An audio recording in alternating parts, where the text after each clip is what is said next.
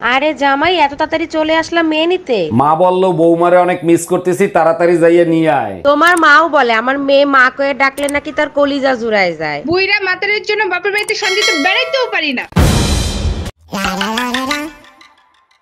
Order order order, সত্যি করে বলেন, আপনি কি খুন করতে নিজের চোখে দেখেছেন? হ্যাঁ জজ সাহেব, নিজের চোখে দেখছি। আচ্ছা, যেখানে খুন হয়েছে সেখান থেকে আপনি কত দূর ছিলেন? 30 ফুট 6.5 ইঞ্চি দূরে ছিলাম। আপনি এত শিওর হইলেন কি করে? আপনি কি জায়গা মাইপা আসছেন? হ্যাঁ মাপছিলাম, কারণ আমি জানতাম কোর্টের ব্যাকুপ উকিলরা এই প্রশ্নটা ঠিকই করবে। এই বুড়ো লোকটা ওইরকম দৌড়াইতে দৌড়াইতে চলে গেল কেন? আরে ভিখারি ছিল, বললো অসুস্থ, কয়দিন ধরে কিছু খায় না। অসুস্থ ছিল ভালো কথা, কিছু খাওয়ায় বিদায় দিতা। ঘরে তো কোনো ওষুধ ছিল না, তাই বুদ্ধি করে আমার পিল খাওয়াই দিছি।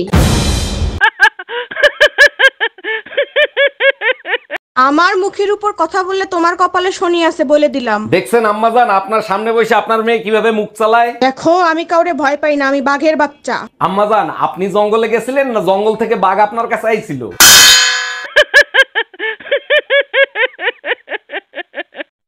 পচা বল তো, 5 থেকে 5 বিয়ে করলে কত থাকে? আমি পারবো না স্যার। ধর তোর কাছে 5টা রুটি ছিল, আমি তোর 5টা রুটি নিলাম, তাহলে তোর কাছে আর কি পড়ে রইলো? তরকারি স্যার।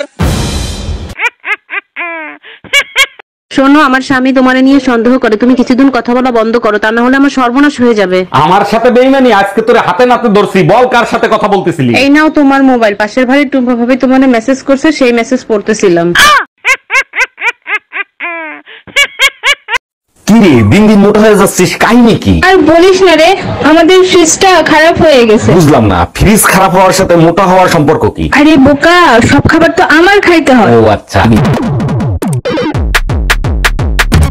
তোমারে বিয়ে করে কোন জন্মের পাপের ফল ভোগ করতেছি আমি? আমি কি এমন করছি যে তুমি আমাকে এইভাবে বলতেছো? কি করো নাই, তুমি তো আমার জীবনটারে অতিষ্ঠ করে ফেলাই দিছো। আজ থেকে তোমাকে আর কিচ্ছু করবো না, শুধু মুখের গ্যারান্টি দিতে পারবো না।